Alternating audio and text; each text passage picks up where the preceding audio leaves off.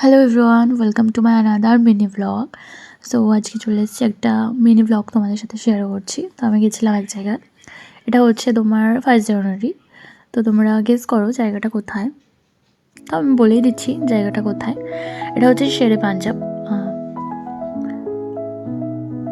তো জায়গাটা দেখো, জাস্ট ওয়াও। পারলে একবার কেউ গিয়ে ঘুরে এসো, খুব ভালো লাগবে আশা করি। আমার খুবই ভালো লেগেছে, তোমাদেরও খুব ভালো লাগবে।